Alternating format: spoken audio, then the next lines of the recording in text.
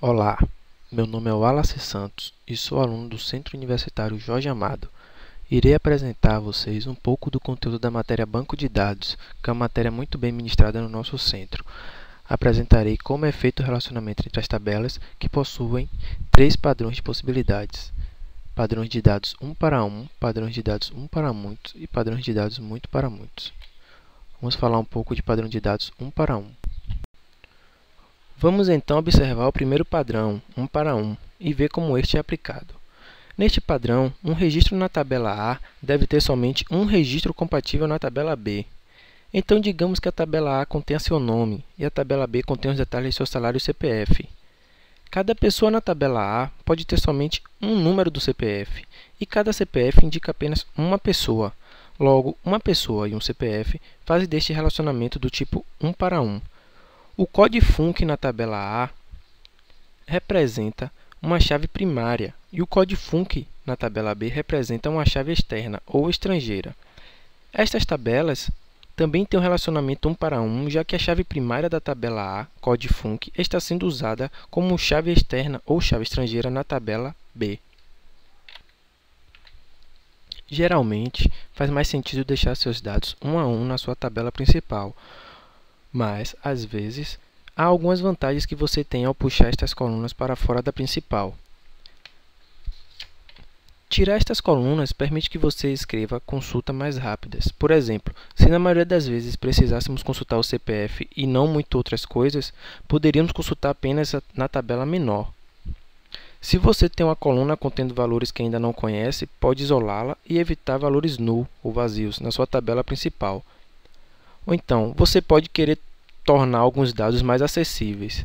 Isolando-os permite um acesso restrito até eles. Por exemplo, se você tem uma tabela de funcionários, você pode querer guardar informação acerca do salário fora da tabela principal. Vamos agora observar o segundo padrão, 1 para muitos, e entender como este é aplicado. Neste padrão, um registro da tabela A é compatível com muitos registros na tabela B, mas qualquer registro da tabela B pode ser compatível com apenas um registro na tabela A. Verificamos então a criação de duas tabelas, chamadas de TB Professor, que possui o código e o nome do professor, e a tabela TB Matéria, que possui o código da disciplina e a descrição dela. Cada professor da tabela TB Professor pode ensinar diversas disciplinas da tabela TB Matéria, porém, cada disciplina só pode ser ensinada por um professor. Logo, verificamos que a chave primária CODEPROF da tabela Professor entra como chave externa ou chave estrangeira na tabela TB Matéria e identifica quais matérias os professores ensinam. Por exemplo, o professor Carlos, que é identificado na tabela Professor com o código 1, está ensinando 3 matérias da tabela TB Matéria, que são Geografia, Português e História. Vamos agora aprender o terceiro padrão, muitos para muitos.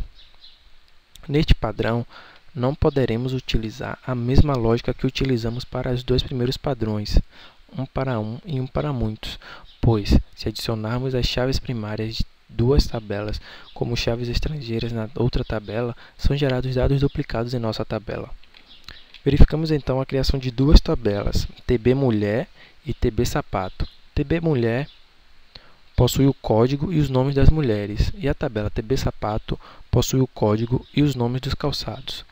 Identificamos código mulher da tabela mulher como sendo chave primária e o código sapato como sendo a chave primária da tabela sapato. Podemos observar no slide este relacionamento, como ficaria se fosse na mesma lógica utilizada para os padrões 1 para 1 e 1 para muitos.